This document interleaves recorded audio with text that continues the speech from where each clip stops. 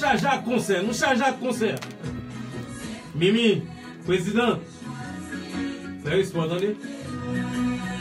Pas de problème. L'association Haïti pour l'avenir, avec le support de la municipalité, vous invite à une grande soirée de concert. C'est qui les mêmes? Samedi 19 mai 2018. Au paquet de bagailles là qu'a fait là. Le groupe Promesse.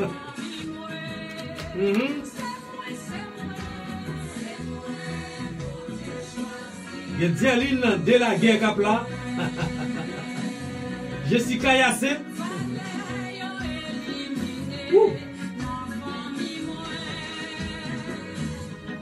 Un pile concert.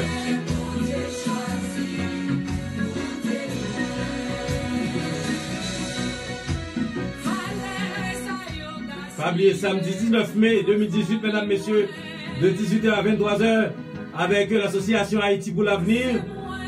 Grande soirée de gospel. Et là, dans ça, l'espace Paul Eluard. C'est Asté ça. Si je ne m'abuse pas. C'est ça. C'est ça, c'est ça. Présidente qui est mon père. Samedi, pas oublier, samedi 19 mai. C'est ça, je dis, hein. Samedi 19 mai, si je ne me pas trompé. Samedi 19 mai, grand concert. Festival de concert aussi. Festival de concert. Avec qui? Gampil Bagawi qui a fait dans la Coustin. Salle Paul Eluard. C'est ça. Là bien le groupe Promesse. Là bien Jessica Yassé. Là bien la guerre cap là. Tête chargée. C'est comment prier. 6 € à l'entrée. Et puis, là me dit pour tout adulte. Et puis 5 € pour les enfants. Bagay tout le monde capable de faire. Pas de problème dans ça même. Bagay tout le monde capable de faire. Merci.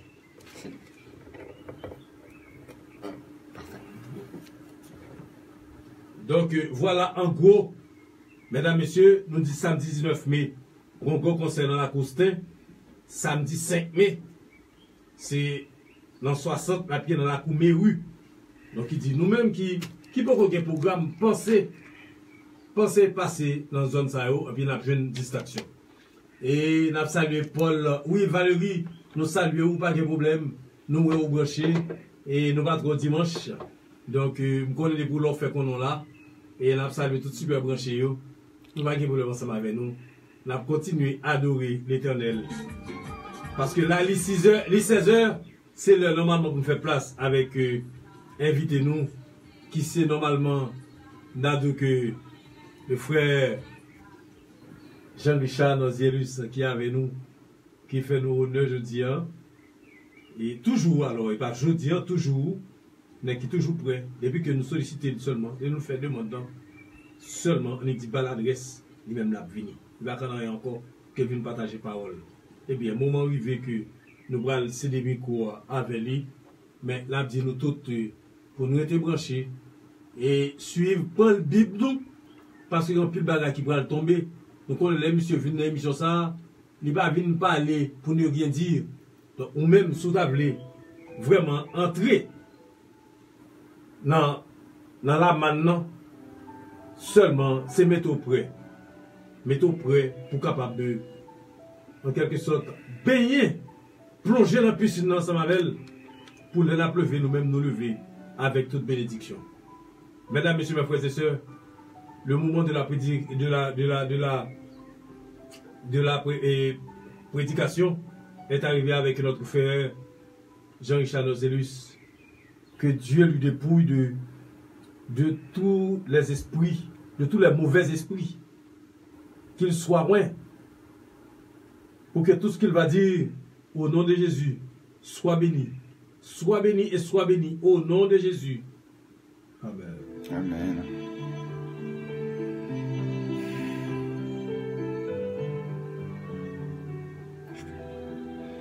Oui, bonjour à tous. C'est pour moi un honneur et un privilège de participer à l'émission Rendez gloire à l'Éternel. La dernière fois que nous étions parlé, c'était lors de la Pâque 2017. Et c'est toujours pour moi un honneur lorsque le frère Wilson décide de m'inviter pour partager la parole, car il n'y a pas de plus grand privilège, il n'y a pas non plus de plus grande œuvre que de partager la parole et au-delà des frontières, ce qui démontre que notre Dieu est un Seigneur universel parce qu'il met à notre disposition la technologie qui permet qu'au-delà des frontières, au-delà des fuseaux horaires, eh bien nous pouvons tous dans un même sentiment, dans un même esprit, dans une même foi, dans une même pensée, partager la manne spirituelle et rendre gloire à l'Éternel. Nous allons tout d'abord prier avant tout pour que Dieu puisse nous guider et que la parole qui va être proclamée ne vienne pas d'un homme imparfait comme je le suis, mais qu'elle vienne du Père Céleste, qu'elle vienne d'en haut.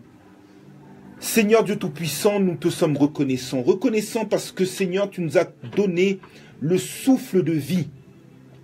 Et en plus de nous avoir donné le souffle de vie, tu as soufflé sur nous ton Esprit Saint, qui nous permet, Seigneur mon Dieu, de pouvoir être délivrés de la puissance des ténèbres et également de partager ta parole au-delà des frontières, au-delà des temps, au-delà des circonstances, au-delà des fuseaux horaires.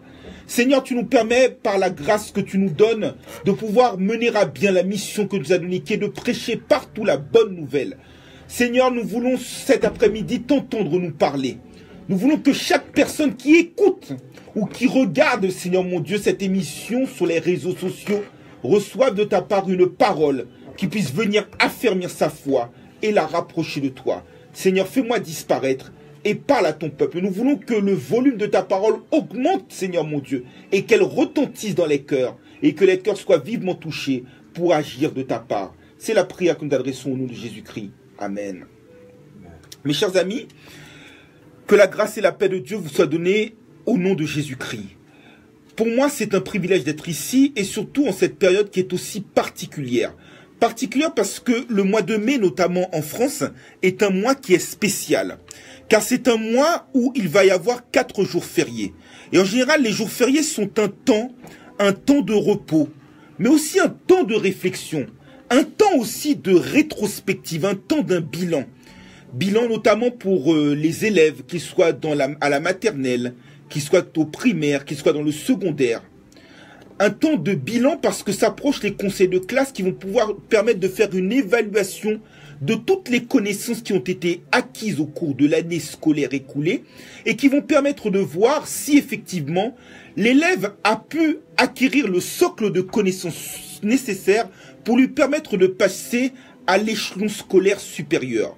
Aussi le temps de la réflexion pour les étudiants, parce que malgré les grèves qui se font dans les facultés ici et là pour des blocages, pour des revendications plus ou moins légitimes, eh bien c'est aussi le temps de se demander si de faire un temps de révision également, de rétrospective et de se préparer pour l'examen à venir. C'est également aussi dans le domaine du sport et notamment dans le domaine des équipes de football, la Coupe du Monde approche, mais on a également des équipes qui arrivent au terme de leur saison, qui vont faire un bilan par rapport au classement, par rapport aux trophées qu'ils auront glanés, par rapport aux compétitions qu'ils auront disputées, par rapport aux recrues qu'ils auront fait. Est-ce que l'investissement a été bon? Est-ce que les résultats demandés sont satisfaisants? Donc on se pose des questions. Et parfois aussi c'est le temps à titre personnel d'un bilan, d'un check-up, d'un examen de santé. Ou même parfois pour les biens que l'on a, notamment pour les voitures que l'on a, le temps du contrôle technique. Alors oui, on fait des évaluations, oui, on fait des bilans. Mais le problème, c'est que ce que l'homme oublie, c'est qu'il fait des rétrospectives, il fait des perspectives sur le plan terrestre.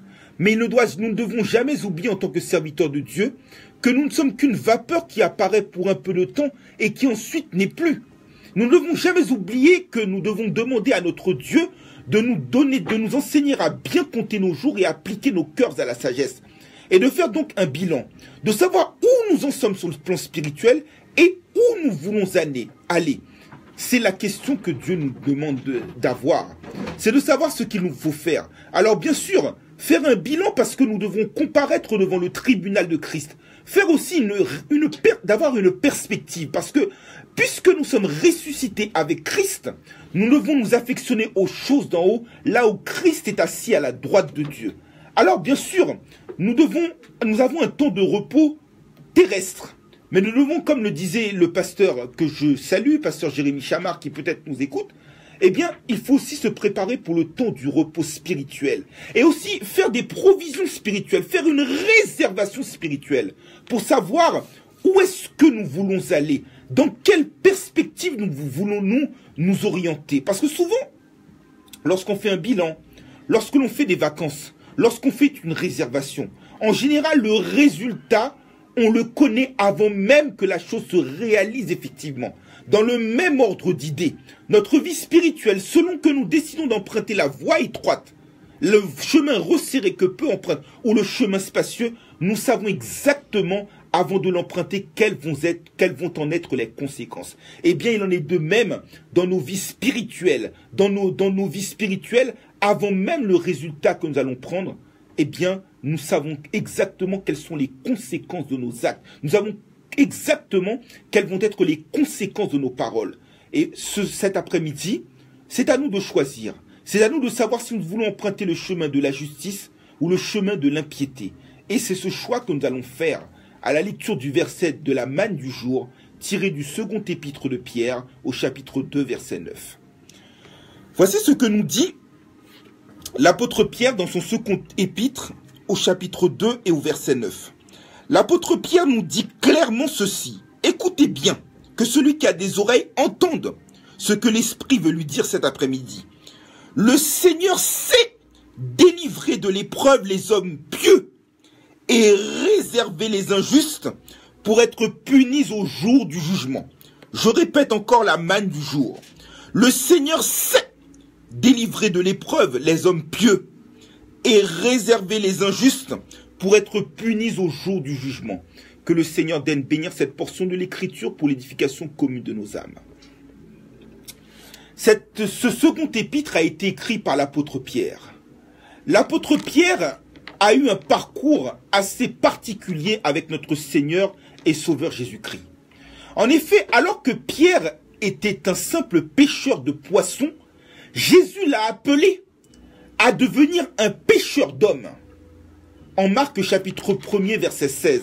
Et cela nous démontre qu'il est impossible pour qui que ce soit d'effectuer quoi que ce soit au nom du Seigneur et Sauveur Jésus-Christ, et en particulier d'être un membre efficace dans le ministère, si auparavant le Seigneur ne nous a pas appelés à son service, et si auparavant le Seigneur ne nous a pas équipés à son service. Parce que comme un fabricant qui va par exemple créer un objet ménager, le fabricant sait exactement quelle va être la finalité de l'objet qu'il va créer.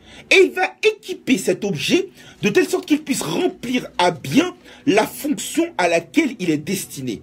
Et bien dans le même ordre d'idée, nous qui ne sommes que des ouvriers, nous qui ne sommes que des instruments que Dieu a choisis, si Christ ne nous a pas appelés auparavant, si Christ ne nous a pas équipés avant de nous avoir appelés, si Christ ne nous donne pas la vision ainsi que la provision, il nous est impossible d'être utile.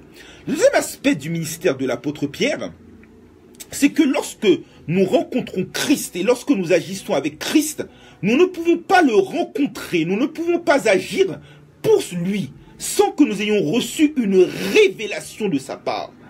Et avoir la révélation du Christ, c'est également le connaître.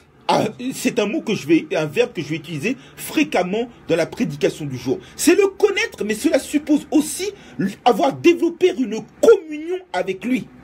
Et le connaître exactement, parce que de nos jours, comme les faux prophètes de l'ancien temps, comme parfois des prédicateurs qui sont dans l'hérésie, comme les faux apôtres, nous parlons pour Christ, nous prétendons parler pour Christ, nous prétendons parler de la part de Christ, alors qu'en réalité, nous ne le connaissons pas exactement.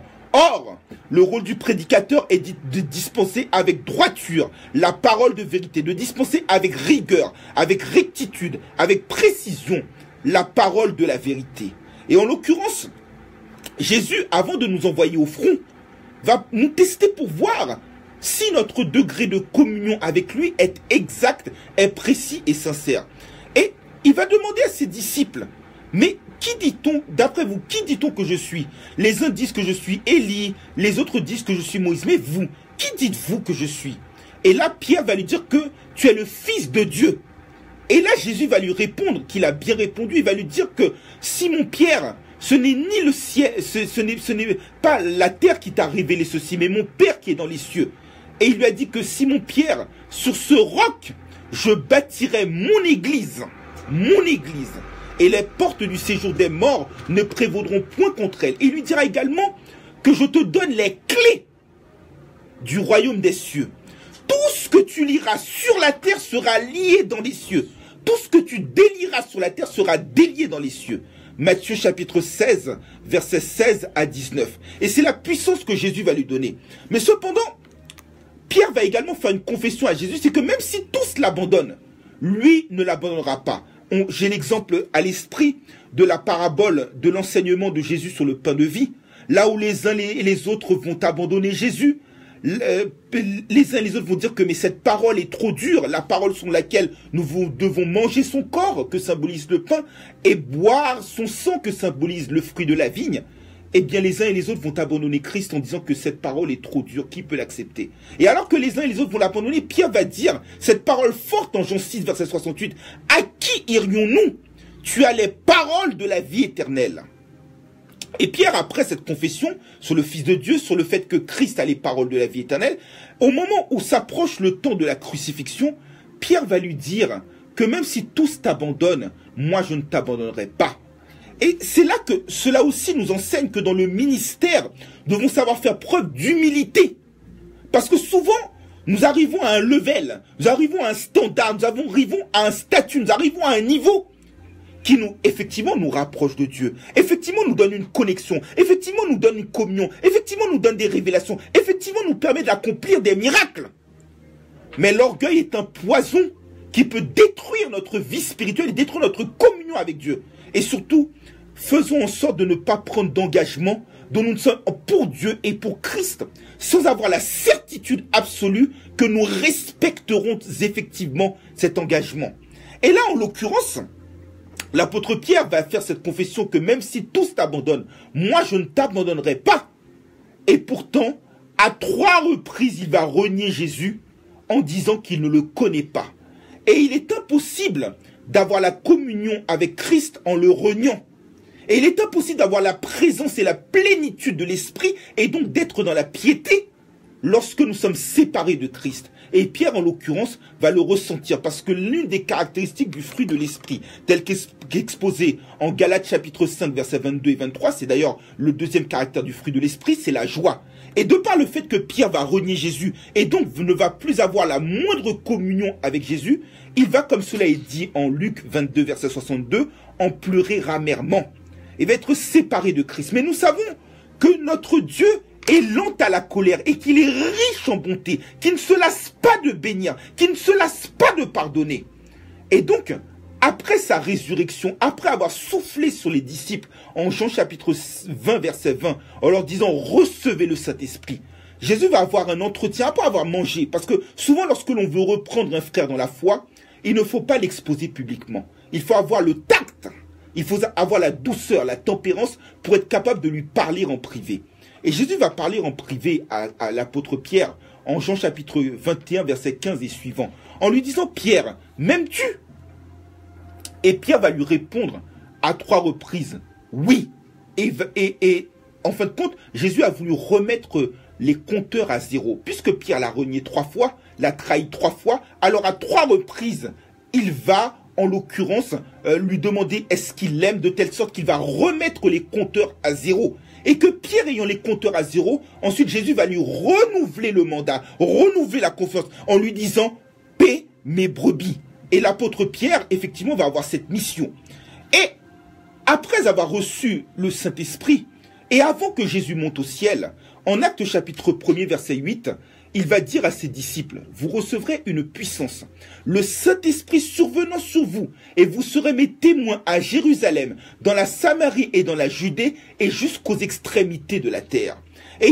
Étant revêtu de la plénitude de l'Esprit, l'apôtre Pierre va démontrer que Jésus est le Christ en se référant au livre du prophète Joël, notamment au chapitre 2 et 3 du prophète Joël, et ayant les clés du royaume des cieux, il va prêcher par le Saint-Esprit et va permettre que les hommes de toute race, de toute langue, de toute tribu, de toute nationalité, chacun recevant la parole dans sa langue, ce qui démontre l'universalité de l'évangile de Christ, eh bien, recevant une parole de sa part, ils vont avoir le cœur vivement touché. Et ils vont dire, mais que devons-nous faire pour être sauvés? Il va leur dire, repentez-vous et que chacun de vous soit baptisé au nom du Seigneur Jésus. Et vous recevrez le don du Saint-Esprit. Et il va également leur dire de se sauver de cette génération perverse. Et revêtus du Saint-Esprit, Pierre et Jean, après avoir guéri le paralytique près de la porte de la Belle en Actes chapitre 3, en lui disant que, Pierre lui dira d'ailleurs, je n'ai ni or ni argent, et que ce que j'ai, je te le donne, au nom de Jésus, lève-toi et marche. Et Pierre va comparaître avec l'apôtre Jean près du Sanhédrin, où ils vont faire l'objet d'un questionnement intense. Parce que on est surpris de voir ces hommes enseigner avec assurance, enseigner avec autorité, enseigner avec puissance, effectuer des miracles. Alors qu'au point de départ, ce sont des hommes qui sont sans instruction. Et là, Pierre va parler avec assurance, en disant que c'est au nom de Jésus qu'il accomplit tous ces miracles. Et il va également préciser qu'il n'est aucun autre nom qui nous ait été donné sous les cieux par lequel nous devons être sauvés, si ce n'est le nom de Jésus. C'est ce que l'on voit en Actes chapitre 4, versets 12 et 13. Et Pierre, fort de cette puissance de l'Esprit, va se mettre à adresser plusieurs épîtres, deux en particulier aux chrétiens qui vont être dispersés suite aux persécutions, les chrétiens de la Galatie, du Pont, de la Bithynie, les chrétiens qui sont persécutés, et Pierre va se présenter à eux comme étant, comme on le voit en 1 Pierre chapitre 5 verset 3, comme étant un témoin oculaire des souffrances du Christ. Et Pierre, dans le premier épître, va adresser un encouragement aux chrétiens de la Galatie, du Pont, de la Bithynie et de l'Asie et de la Cappadoce, en leur adressant en fait compte un certain nombre de médicaments, en leur prescrivant un certain nombre de médicaments. De la même manière que les psaumes dans l'Ancien Testament sont une source d'encouragement, sont la pharmacie du chrétien. Quelles que soient les difficultés que l'on peut avoir, on peut se plonger dans les psaumes et avoir les médicaments qui vont nous permettre de nous consoler, qui vont nous fortifier, qui vont ranimer notre courage, qui vont nous permettre aussi de nous repentir. Et bien là, l'apôtre Pierre va donner un médicament efficace à ces chrétiens qui sont persécutés, qui souffrent. Il va dire, mais prenez en exemple le modèle de souffrance qu'est le Christ. 1 Pierre 2, verset 24, 1 Pierre 3, verset 18, 1 Pierre 2, verset 24 que je citais à l'instant. Et il va les consoler en leur disant qu'ils ont dans les cieux un héritage qui leur est réservé, qui ne saurait ni se souiller, ni se flétrir, ni se corrompre. Et alors que le premier épître de l'apôtre Pierre est un épître de consolation, de fortification, de guérison, le second épître va être un épître d'explication, un épître de clarification, avec le mot connaissance qui est répété à 16 reprises. Et effectivement, sans connaissance, on ne peut rien. Et d'ailleurs, la connaissance va être en fin de compte le fil conducteur, la frontière qui va nous permettre soit de pouvoir avoir cette délivrance, ou bien au contraire d'avoir part au jugement qui est réservé aux impies. En effet, regardons les Écritures. En Osée chapitre 4 verset 6, l'Éternel dit que mon peuple meurt par manque de connaissance. Alors qu'à l'inverse, avant d'aller à la croix, en Jean chapitre 17 verset 3, Jésus va dire que la vie éternelle, c'est qu'ils te connaissent. Toi, le seul vrai Dieu est celui que tu as envoyé. La frontière est clairement établie, la connaissance est clairement là. Soit j'ai la connaissance, et pas de problème, j'ai la vie éternelle, soit je ne l'ai pas. Et auquel cas, c'est le jugement qui m'attend. Et d'ailleurs, on le voit bien dans l'économie, dans le monde actuel dans lequel on vit, la connaissance est un facteur qui est très important. On voit que les économies, notamment des pays développés, cherchent à faire des recherches dans le domaine de l'intelligence artificielle. Dans la lutte contre le terrorisme, c'est la recherche, c'est la connaissance, c'est le renseignement. pour pouvoir envoyer des hommes dans l'espace, la connaissance, la recherche, pour pouvoir être compétitif sur le plan économique, c'est l'économie du savoir, c'est l'économie de la connaissance qui se développe. Et bien dans le même ordre d'idées, pour avoir la vie éternelle, il n'y a pas d'autre vecteur que d'avoir une connaissance. Et la connaissance, ce n'est pas la connaissance sur le plan intellectuel, parce que beaucoup de chrétiens se contentent de réciter des versets, de connaître des versets, de connaître la Bible de façon encyclopédique. Non, c'est le fait de développer une intimité avec notre Dieu par Jésus-Christ notre Seigneur. C'est le fait d'être collé à notre Dieu par Jésus-Christ en notre Seigneur comme de la glu, d'avoir pour lui un amour inaltérable.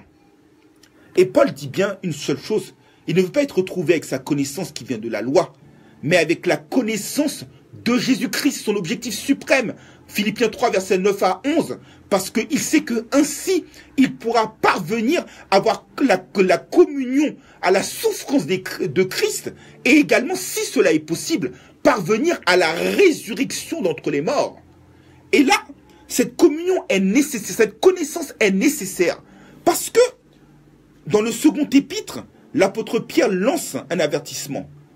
Il commence le second épître par la connaissance et il termine le second épître par la connaissance en disant en exhortant ses lecteurs à croître dans la grâce et la connaissance de notre Seigneur et Sauveur Jésus-Christ, à lui la gloire maintenant et dans l'éternité. Amen, conclut-il. Et bien là, cette connaissance, cette intimité que nous avons avec Christ nous permet en quelque sorte de développer des automatismes avec lui, de devenir ses vraies brebis. Parce que Christ l'avait dit lui-même dans l'enseignement sur le bon berger en Jean chapitre 10. Ces brebis connaissent sa voix et elles ne suivront pas un inconnu. Dans le même ordre d'idée, si nous avons cette connaissance du Christ, cette intimité, le mot connaître vient du grec ginosko, comme un homme connaît une femme. Adam alla et il connut Ève. C'est cette connaissance-là que nous devons avoir, cette intimité qui nous permet de ne faire qu'un avec Christ. Et cette intimité qui nous permet de connaître sa voix, de ne pas suivre des inconnus, eh bien, elle a un avantage. C'est que, notamment dans le second chapitre du second épître de Pierre que nous venons de lire, on voit que se s'élèvent des faux prophètes, des faux docteurs. De la même manière que dans les temps anciens, nous dit l'apôtre Pierre, s'étaient élevés des faux prophètes, dans les derniers temps s'élèveront des faux docteurs. Et en ce sens-là, il rejoint l'enseignement prophétique de notre Seigneur Jésus-Christ en Matthieu 24, qui nous dit que dans les derniers temps s'élèveront des faux Christ, des faux prophètes, qui feront des miracles et qui séduiront même, s'il est possible, des élus. Eh bien, ces faux prophètes s'introduisent. Ils ont les yeux insatiables, pleins d'adultère, qui séduisent des femmes qui sont chargées. Ces faux prophètes tordent le sens des Écritures de Pierre 3, verset 16. Et à cela, il faut du discernement.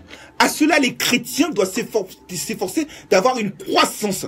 À cela, les chrétiens doivent s'efforcer de devenir des participants de la nature divine.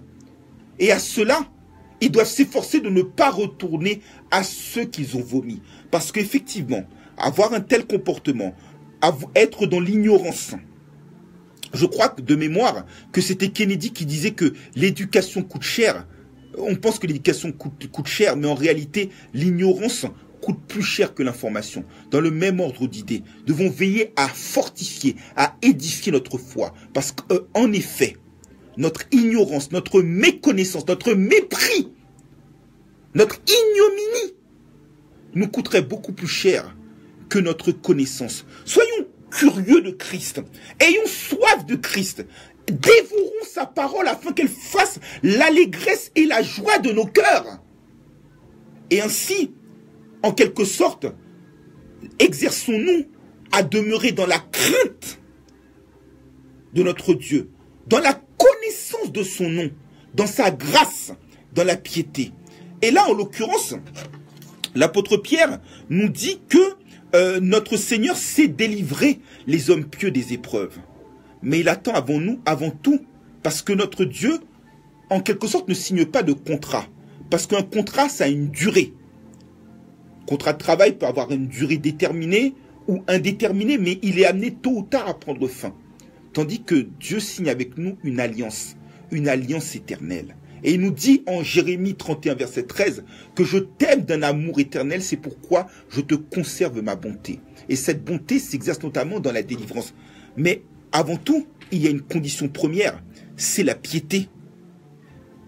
En juin 2016, j'avais eu l'occasion de prêcher dans cette même émission du premier épître à Timothée, au chapitre 4, verset 8, que devons nous exercer à la piété. Car l'exercice corporel est utile à peu de choses, tandis que la piété est utile non seulement dans le temps présent, mais également dans le temps à venir. Pour rappel, qu'est-ce que la piété? La piété, c'est un état de crainte, un état de révérence, un état de soumission totale à notre Dieu. La piété, c'est un mystère, selon 1 Timothée 3, verset 16. Un mystère, c'est-à-dire que c'est quelque chose qui ne s'explique pas. De la même manière que le Christ en nous, l'espérance de la gloire, c'était quelque chose qui était caché dans les siècles. Mais les choses cachées sont à l'Éternel et à ses saints.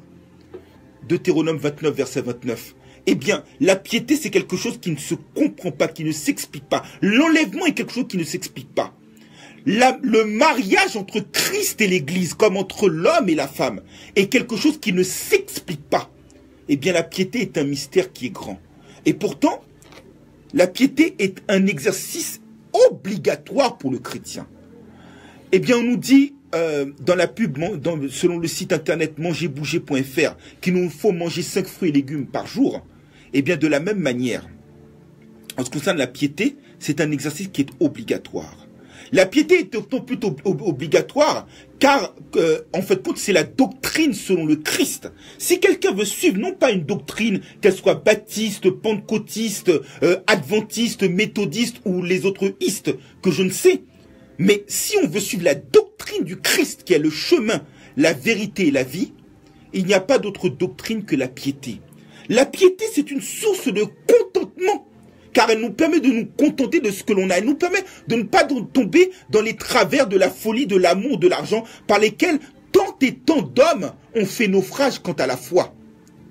La piété, c'est ce que l'homme de Dieu doit rechercher. C'est d'ailleurs l'exhortation que Paul avait adressée à Timothée en 1 Timothée 16, verset 11. La piété, c'est l'une des caractéristiques qu'une personne qui est participant de la nature divine doit avoir, avec la maîtrise de soi, avec l'amour fraternel, avec la persévérance, avec l'affection. C'est ce qui va nous permettre de marcher sans broncher et de pouvoir affermir notre élection. 2 Pierre 1, verset 4 à 10. La piété est absolument nécessaire aux chrétiens. Un chrétien ne peut pas vivre sans la piété. Un chrétien ne peut pas vivre sans la crainte. Mais, alors qu'elle est une vertu, nous devons passer notre vie spirituelle au scanner du Christ, devant lequel tout est mis à nu. Nos actions, nos omissions, nos paroles, nos pensées, tout est mis à nu devant celui devant lequel nous devrons rendre compte de chacune de nos actions, chacune de nos pensées, chacune de nos œuvres. Et à partir de ce postulat de base, nous ne pouvons pas nous contenter d'avoir de l'apparence. Nous ne pouvons pas nous contenter de maquiller notre vie spirituelle. Nous devons non pas avoir l'apparence de la piété et en renier ce qui en fait la force, mais véritablement vivre une vie de piété, vivre une vie de crainte, vivre une vie de soumission à notre Dieu. Mais souvent, qui dit piété, qui dit crainte à l'Éternel, nous dit également des combats à mener. Parce que de nos jours aussi, dans l'évangile, on prêche dans les églises un évangile de prospérité. Vous allez avoir un long fleuve tranquille. Vous n'aurez pas de problème. Vous serez des géants. Vous êtes des champions. Vous allez écraser les scorpions. On nous prêche l'évangile de la prospérité. Mais on oublie souvent de dire aux chrétiens que oui, la gloire nous est réservée. Oui, le bonheur et la grâce nous accompagneront tous les jours de notre vie. Oui, en Christ, nous avons une paix qui surpasse toute intelligence. Oui, en Christ, nous sommes en sécurité. Mais il n'y a pas de gloire sans croix. Il n'y a pas de victoire sans combat. Et d'ailleurs, à vaincre sans péril, on triomphe sans gloire. Et que le chrétien doit savoir que c'est une grâce pour lui, selon Philippiens 1er verset 29, non seulement de croire en Christ, mais également de souffrir pour lui. Et d'ailleurs, Jésus avait donné cet avertissement très clair à ses disciples en Jean chapitre 15 verset 20. S'ils reçoivent vos paroles, et s'ils reçoivent mes paroles, ils recevront les vôtres. S'ils m'ont persécuté, ils vous persécuteront aussi. Le chrétien qui est amené à vivre dans la piété doit s'attendre à livrer d'intenses combats. Et d'ailleurs, c'est clair, ce verset aussi, j'avais eu l'occasion de le prêcher ici, également dans cette émission, 2 Timothée 3, verset 12. Tous ceux qui veulent vivre pieusement dans Jésus-Christ seront persécutés. C'est inévitable.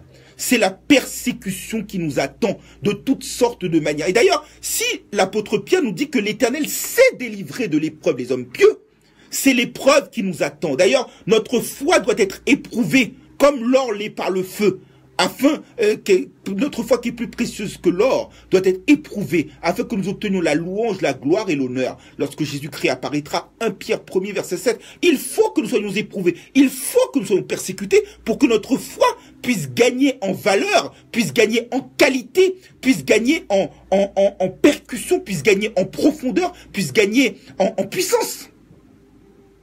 C'est cela notre foi, c'est ce à quoi nous sommes livrés. Et des persécutions, il y en a de toutes sortes. Des persécutions, elles sont nécessaires, parce qu'il nous faut connaître des tribulations. Mais la victoire que nous avons, qui nous permet de triompher du monde, c'est notre foi. Et comment notre Seigneur nous délivre? Notre Seigneur nous délivre parce qu'il envoie ses anges. En effet, Psaume 34, verset 8, l'ange de l'Éternel campe autour de ceux qui le craignent et les arrache au danger.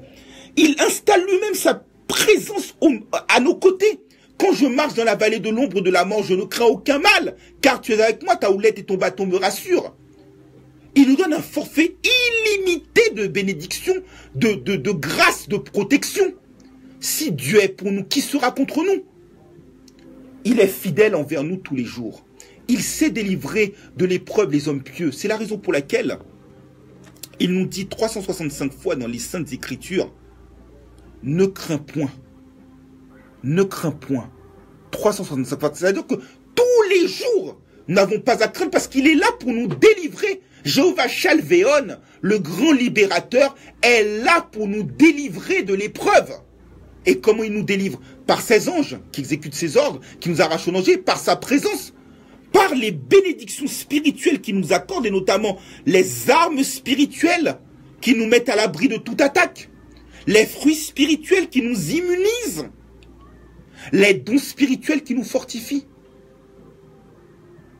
Et sa protection est manifestée notamment dans le psaume 84, verset 12. L'Éternel Dieu est un soleil et un bouclier. Il donne la grâce et la gloire et il ne refuse aucun bien à ceux qui sont dans l'intégrité. C'est être dans la piété, dans l'intégrité. Il ne refuse aucun bien et il sait délivrer.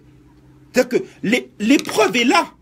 Forcément, la piété, Satan ne va pas venir embêter ceux qui sont déjà à lui, qui sont dans l'oisiveté, qui sont esclaves de Mammon, esclaves de Bélial, esclaves de Baal. Mais il va venir importuner ceux qui refusent de renoncer, de renier leur maître qu'ils ont arraché à un très grand prix. Ceux qui veulent s'élever au-dessus des autorités, des principautés, des royautés, des dominations. Mais il ne faut pas avoir de crainte. Parce qu'effectivement, nous allons être attaqués. Effectivement, nous allons être bousculés. Mais le lot, l'héritage des serviteurs de l'Éternel, c'est que toute langue qui s'élèvera contre eux, il la condamnera. Et que toute arme forgée contre eux sera sans effet. C'est l'héritage des serviteurs de l'Éternel. C'est le salut qui vient de Jéhovah. Ésaïe 54, verset 17. Et dans les Saintes Écritures, nous avons des exemples. Les hommes, sur cette terre, nous parlent d'assurance. Assurance tout risque pour les véhicules, assurance vie en cas de décès pour ceux qui sont appelés à nous succéder. Mais nous avons déjà une assurance. Et nous avons l'assurance de ceux qui nous ont précédés dans la foi. Noé, ce prédicateur de la justice, qui est d'ailleurs cité dans le second chapitre du second épître de Pierre. Noé avait pu bâtir l'arche. Et lorsque le déluge est arrivé, l'Éternel l'a délivré, et alors que la terre a été engloutie, il a pu être sauvé, lui et sa famille. Lui et ce prédicateur de la justice qui, dans la piété, inlassablement, pendant 120 ans, a prêché que le déluge allait se produire. Parce que, et c'est là le trait de caractère de l'homme pieux, c'est que l'homme pieux navigue à contre-courant. L'homme pieux comprend que, au lieu de s'enivrer de vin, car c'est la débauche, il cherche à être rempli de l'esprit. L'homme pieux comprend que, comme Christ a souffert dans sa chair, nous aussi nous devons souffrir, et que c'en est assez, comme on le voit d'ailleurs en 1 Pierre 4, versets 1 à 7, de faire la volonté des païens. Eh bien, Noé a parfaitement compris. Daniel, dans le même ordre d'idées, a refusé de se souiller. Et dans une grande piété, il a refusé de manger les mets des Chaldéens. Et d'ailleurs, et c'est là encore le très grand caractère de la piété, c'est que Daniel a compris que, au-delà des autorités établies par le roi Darius de Babylone, il y a une autorité qui est plus grande, qui est au-dessus de toute autorité. C'est l'autorité du Christ, l'autorité de Dieu. Eh bien Daniel, alors que le roi Darius, sous les conseils de son collaborateur, a refusé, a dit qu'il ne devait pas être adoré un autre Dieu, eh bien Daniel, lui, n'a pas hésité. Comme cela est d'ailleurs démontré en Daniel 6, verset 10, a prié 3 fois par jour en direction de Jérusalem. Et alors qu'il a été jeté dans la fosse aux lions, l'Éternel a su le délivrer. Et il n'a pas été atteint, alors que le collaborateur du roi Darius lui a été complètement déchiqueté. Les hommes pieux sont délivrés. Et ses 3 compagnons aussi, Shadrach, Meshach et Abednego, de la même manière ont été jetés dans la fournaise ardente. Et ils n'ont point été atteints. Eh bien, ils n'étaient pas 3 dans la fournaise ardente, mais ils étaient 4. Ils étaient semblables à des dieux. Et qui était le 4e, si ce n'est le Fils de Dieu, Jésus-Christ. Le Seigneur s'est délivré de l'épreuve, les hommes pieux. Eh bien, ils ont été dans l'épreuve, ils ont été jetés dans la fournaise ardente. Mais parce qu'ils ont su faire preuve de piété, parce qu'ils n'ont pas été surpris de cela, l'Esprit de gloire les a revêtus. Et le Seigneur est intervenu personnellement avec eux dans la fournaise ardente pour les délivrer. Les hommes pieux encore, je pourrais avoir l'exemple de l'apôtre Paul dans la prison de Philippe, battu, frappé, roué de coups, enchaîné, gardé par des geôliers. Et bien malgré tout, Paul et Silas chantant les louanges de leur Dieu, ce qu'il a encore et les caractères d'un homme rempli de l'esprit, donc étant dans la piété, ont été délivrés. Et que dire de Joseph? Joseph qui a été tenté par la femme de Potiphar. Et Joseph qui aurait pu, pour échapper à sa condition d'esclave, accepter les avances de cette dernière. Eh bien, Joseph ne les a absolument pas acceptées. Et Joseph a dit, comment pourrait-il commettre un péché devant son Dieu? Il est resté dans un état de crainte, dans un état de révérence, dans un état de soumission à son Dieu, dans un état aussi d'amour inaltérable, parce que un homme qui garde les commandements de Dieu, qui les respecte rigoureusement, qui les respecte scrupuleusement, cet homme-là témoigne de son amour pour son Dieu. Eh bien, Dieu a pu, malgré les calomnies de la femme de Potiphar, le délivrer et faire de lui le second personnage le plus important d'Égypte. C'est là la délivrance. Mais Dieu ne se contente de nous délivre. Et il nous le dit très clairement. Heureux ceux qui ont supporté patiemment la tentation, car après avoir été éprouvés, ils auront la couronne de vie que Dieu réserve à ceux, que le Seigneur réserve à ceux qu'il aime. Jacques 1er, verset 12. Et cette délivrance s'opère non seulement sur le plan, j'ai envie de dire, matériel, mais également spirituel. Parce que l'héritage, le repos qui est réservé sont réservés aux hommes pieux. Et c'est pour ça que nous devons rendre grâce. Rendez grâce à Dieu qui vous a rendu capable d'avoir part à l'héritage avec les saints dans la lumière, qui vous a arraché de la puissance des ténèbres pour vous transporter dans le royaume de son Fils bien-aimé, en qui nous avons la rédemption, la rémission de nos péchés. Colossiens 1er, verset 12 à 14. Et là encore, cette délivrance s'opère parce que de par la colère qui va s'abattre sur le monde à venir, qui sera encore plus grave que le déluge qui s'était déversé du temps de Noé, qui sera encore plus grave que la sanction, le jugement qui s'était abattu sur Sodome et Gomorrhe. Eh bien, nous avons une assurance en Christ. Christ nous épargne de la colère à venir. Christ nous prend sous ses ailes. Christ nous prend sous sa coupe. Et il nous met d'ores et déjà à l'abri. La foudre peut frapper. Les tremblements de terre peuvent avoir lieu.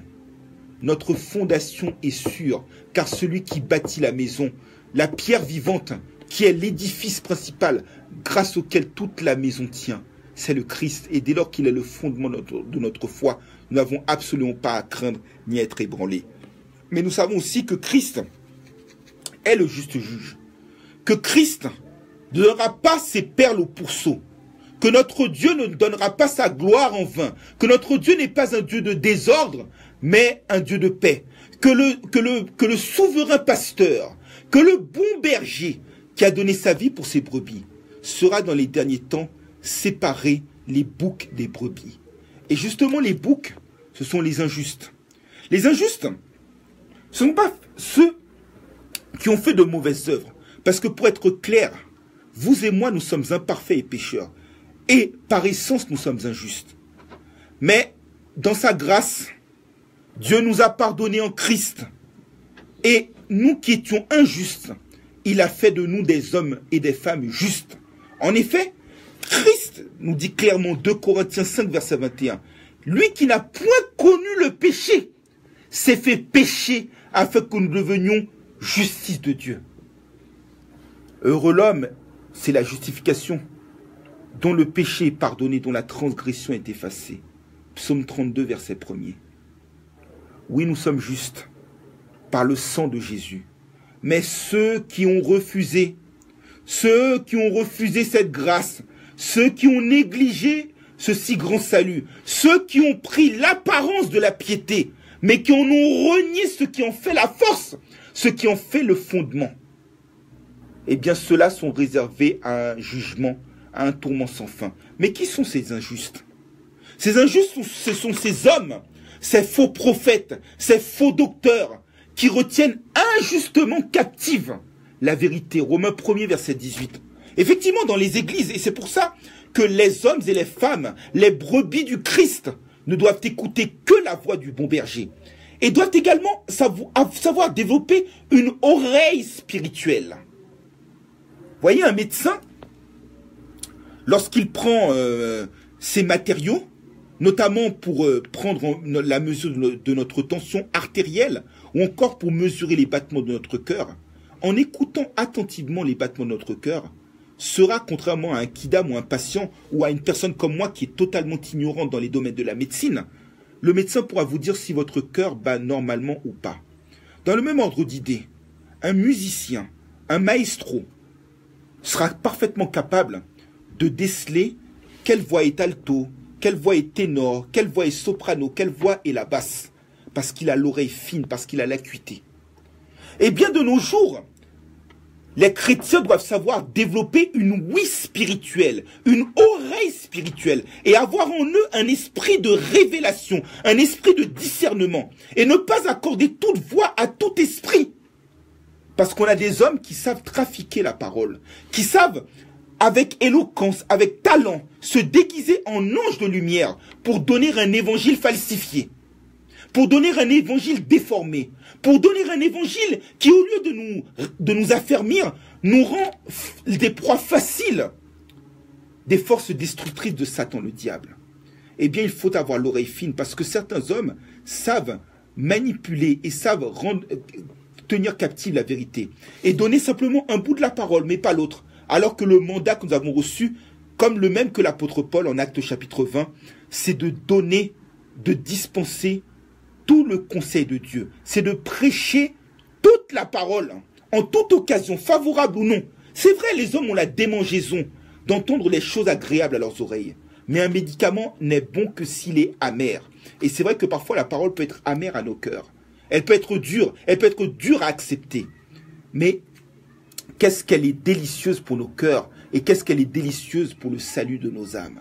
Et en l'occurrence, nous devons avoir ce discernement parce que les injustes savent rendre captive la vérité. Les injustes sont ceux qui ont connu Dieu, qui ont une communion avec Dieu, mais qui ne l'ont pas glorifié et qui se sont livrés à leurs propres tourments, qui se sont livrés à leurs propres égarements. Dieu les a livrés à eux-mêmes. Ce sont des hommes qui non seulement encouragent ceux qui font des choses qui sont contre nature, mais qui également les font eux-mêmes.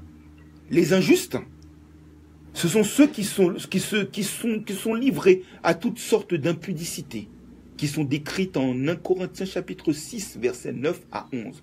Les injustes sont ceux qui pratiquent les œuvres de la chair. Or, celui qui se veut ami de la chair est ennemi de Dieu et est donc de facto qualifié d'injuste. Et vous savez que, comme il est dit en 1 Corinthiens chapitre 6, versets 9 à 11, les injustes n'hériteront point du royaume des cieux. Les injustes n'auront pas de part à l'héritage de la vie éternelle. Les injustes ne peuvent hériter de la justice car la corruption ne peut hériter. La corruptibilité ne peut hériter de l'incorruptibilité.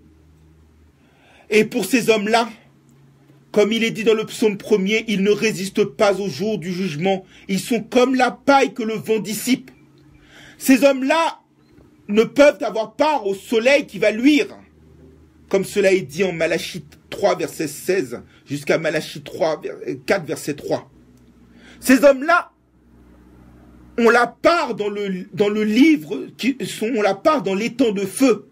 Parce que dans la mesure où leurs œuvres peuvent permettre de déterminer s'ils ont pratiqué la justice selon le Christ, car il n'y a pas de piété, si ce n'est la piété selon la doctrine du Christ, eh bien leurs œuvres peuvent dire soit qu'ils ont pratiqué la justice, auquel cas ils se reposeront de leurs œuvres, tel que cela est promis par Apocalypse 14, verset 13. Heureux ceux qui sont morts dans leurs œuvres, qui sont morts selon le Seigneur, car ils se reposent. Oui, dit l'Esprit, car ils se reposent de leurs œuvres. Apocalypse 14, 13, verset 13 nous le dit. Mais ceux qui sont injustes, ceux qui, de par leurs œuvres, n'ont pas de part, n'ont pas d'inscription dans les registres célestes, n'ont pas d'inscription dans le livre de vie, eh bien ceux-là sont livrés à l'étang de feu. Car Jésus qui tient les clés de la mort et du séjour des morts, selon Apocalypse 1er, verset 17, Jésus qui est la porte, Jésus qui tient la clé de David, eh bien ne permettra pas à quoi que ce soit, ni à qui que ce soit de souiller, à ceux qui se livrent à l'adultère, à ceux qui se livrent au mensonge, à ceux qui se livrent à l'impudicité, d'avoir de part dans le livre de vie. Et donc, ceux qui n'auront pas de part dans le livre de vie, en Apocalypse 20, versets 11 à 15, seront jetés dans les temps de feu. Alors, cet après-midi, pour terminer, mes frères et sœurs en Christ, oui, notre Seigneur est un Seigneur libérateur. Oui, il est là, c'est le Seigneur, c'est l'Esprit. Et là où est l'Esprit, là est la liberté. Il est Jéhovah Shalvéon, le grand libérateur. Il est celui qui vient à notre secours, qui vient pour nous délivrer de la droite triomphante. Mais il ne nous délivrera pas à n'importe quelle condition. Ce qu'il attend de vous et moi, c'est que nous soyons sobres, c'est que nous soyons dans la crainte, c'est que nous vaquions dans la prière, c'est que nous nous exercions à la piété. Car comment pourrions-nous échapper après avoir négligé un si grand salut? Et aussi, c'est que après avoir atteint un aussi haut niveau spirituel, que nous ne baissions point la garde, mais que nous restions à un haut niveau et que nous appliquions dans notre vie de tous les jours cette exhortation que le Seigneur lui-même a adressée à l'église de Philadelphie en Apocalypse 3, verset 11. Retiens ferme ce que tu as, afin que personne ne prenne ta couronne. Alors, recevons ces paroles de grâce, recevons ce médicament spirituel de vérité et de délivrance. Eh bien, mes frères et sœurs, demeurons fermes dans la foi, au nom de Jésus-Christ. Amen.